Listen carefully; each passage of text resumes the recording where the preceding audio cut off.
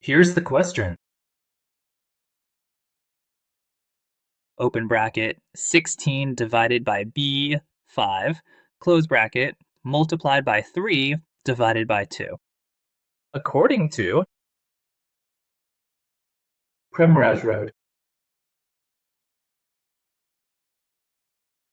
B for parentheses, E for exponential, M for multiplication, D for division, A for addition, S for subtraction.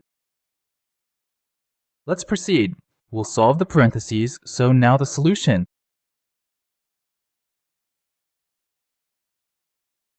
Bracket open, 16 divided by 5, bracket closed, multiplied by 3, divided by 2. 60 will be divided by 5, that's 12 times. Now let's continue solving. 12 multiplied by 3, divided by 2. Now, 12 into 3 divided by 2. Now let's check left to right. We know that multiplication and division have the same priority, so let's check left to right.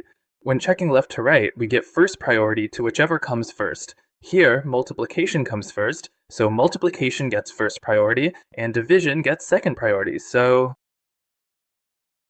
12 into 3 will be 36.